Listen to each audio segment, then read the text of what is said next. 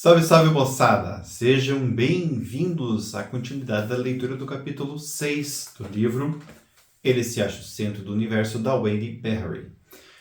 Bom, para fechar o capítulo, ela vai falar demais, a autora vai falar de mais algumas habilidades importantes e interessantes de você desenvolver quando você está lidando com um narcisista. Então vamos trabalhar com elas.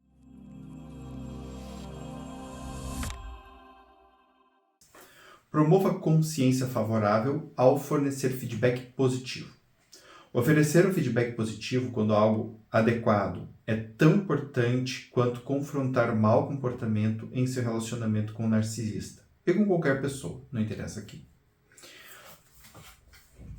Lembre-se de que para o narcisista se sentir confortável e antenado nos relacionamentos, ele deve aprender o que nunca aprendeu quando criança.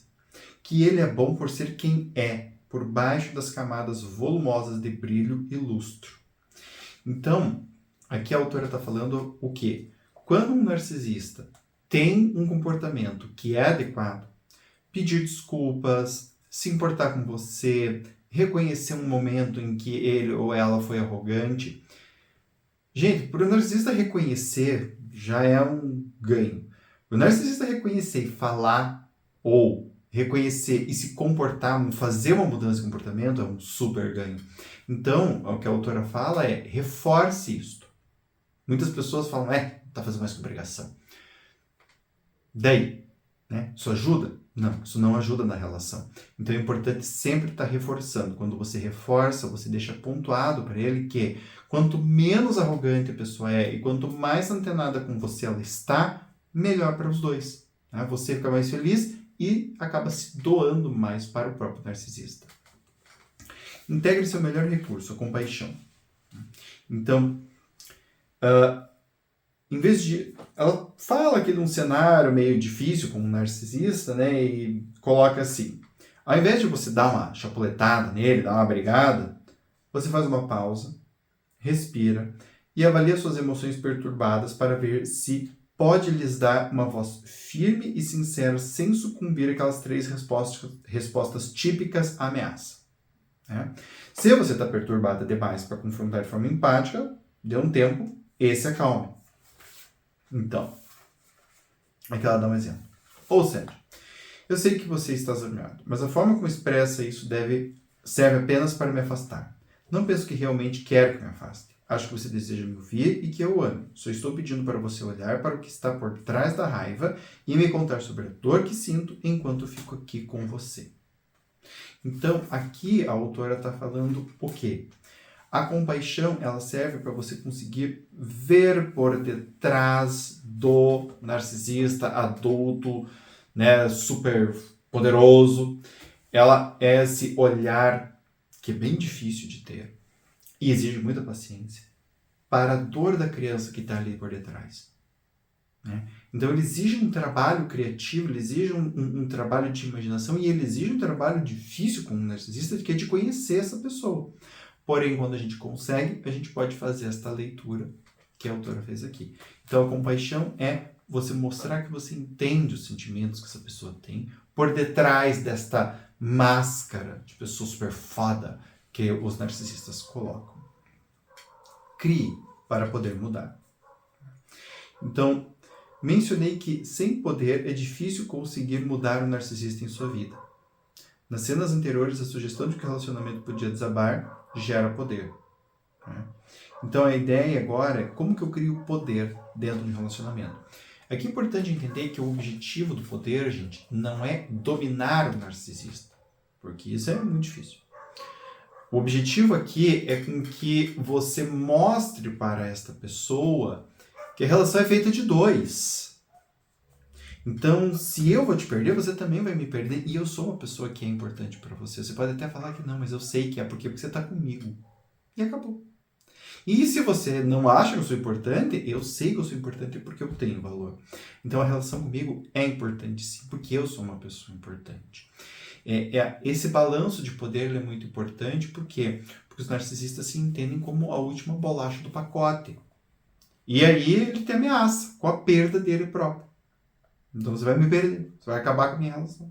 Então a gente precisa ter esse poder. Tá? Então, de novo, a ideia do poder não é para Dominar o narcisista é para criar um balanço de poder, um equilíbrio entre vocês dois.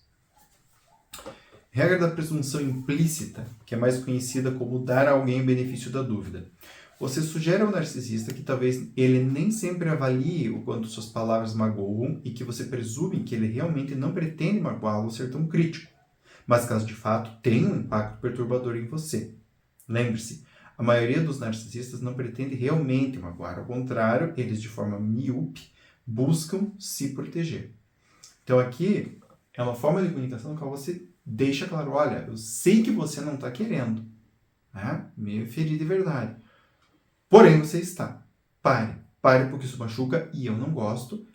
E se você continua me ferindo, isso me afasta de você. Então entendam que isso não é uma ameaça. Isso não pode ser colocado como uma ameaça. Isso me afasta de você é uma consequência natural para qualquer pessoa que está sendo atacada e agredida. Ninguém gosta de ficar sendo atacado e agredido, a gente acaba se afastando de quem fez isso. Para o narcisista é importante ouvir isso, mas de você não fazer isso em tom de ameaça. Ao mesmo tempo, fazer num tom em que você mostra que você tem o poder de se afastar. Não para feri-lo, não para ganhar dele, mas sim para se proteger. Abordagem de micro-macro. A abordagem de micro-macro é mais comumente conhecida como um balão de ensaio. Apesar dos protestos dos narcisistas confirmando de que realmente não se importa a mínima com o que você pensa a respeito dele, você sabe que todos nós desejamos ser amados e aceitos, inclusive o narcisista.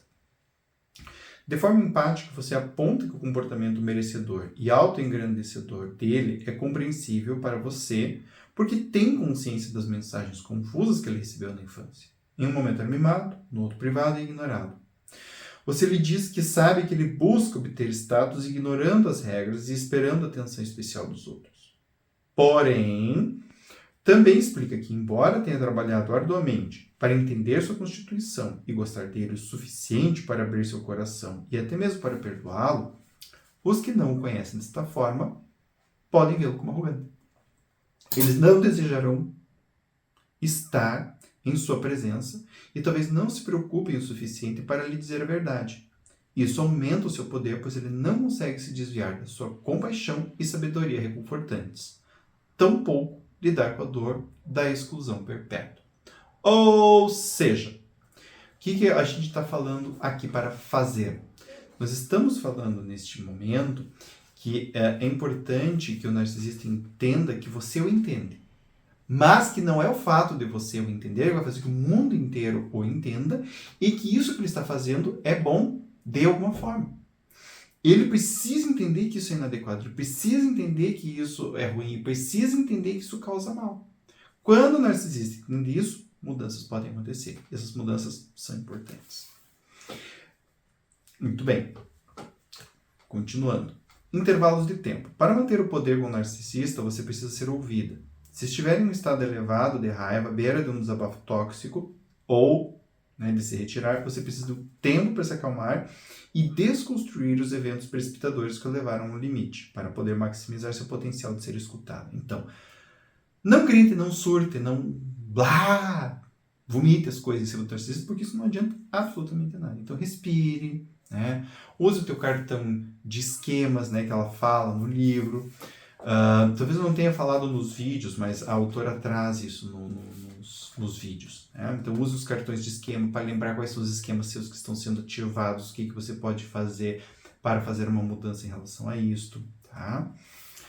E aprenda, gente, a fazer 5 passos. Observar, que é o que ela colocou aqui. Observar. Perceba os sentimentos que você está experimentando. Avaliar. Associe os esquemas com estes sentimentos. Identificar, rotule os sentimentos e as respostas que possam estar orientados pelo esquema. Diferenciar, abandone os fantasmas do passado e perceba a si mesmo pela perspectiva do aqui e agora. E 5, acalmar-se. Procure opções mais saudáveis de se acalmar no momento presente. Então, esses 5 passos são para quê? Para quando o narcisista pega na nossa ferida, e os bichos sabem fazer isso, a gente consegue voltar. E por que eu preciso voltar? Eu preciso voltar porque depois eu vou voltar a conversar com esse narcisista de uma forma adequada para mim. Então eu preciso fazer esse movimento. tá?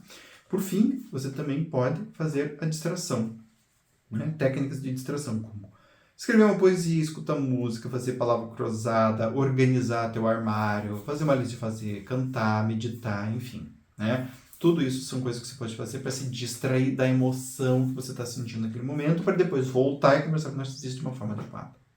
Então, esses daqui são alguns dos instrumentos que a autora coloca que podem nos ajudar a construir uma relação mais saudável com o narcisista. Que não é impossível, é extremamente difícil, mas a gente pode conseguir. E isso daqui serve para isso. Ah, aqui, mas não é mais fácil simplesmente eu pegar, largar a mão e ir embora? Sim, pode ser mais fácil se você não quer ter um relacionamento mais com essa pessoa. Então veja, o que a gente está colocando aqui não é algo do tipo você tem que fazer isso ou deve fazer isso. Você sempre precisa avaliar. Se você quer manter a relação, nós estamos com este livro te dando instrumentos para fazer isso. Agora você precisa fazer essa avaliação. Né? Então esse daqui não é um livro para avaliar se vale a pena ou não. Acho que tem apenas um momento em que ela fala, né, a respeito do narcisista que é mais agressivo, que ataca e fere, assim, às vezes até de forma violenta, fisicamente também. Aqui ela fala em que esse tipo de relação não é saudável, tá? E que é melhor você sair fora mesmo. Mas fora isso, ela não traz nesse livro como avaliar se o seu relacionamento está indo bem, porque isto não é o escopo do livro. Porém, é algo que sempre deve ser pensado e avaliado. Espero que tenham gostado do capítulo. Vejo vocês no capítulo 7. Até o próximo.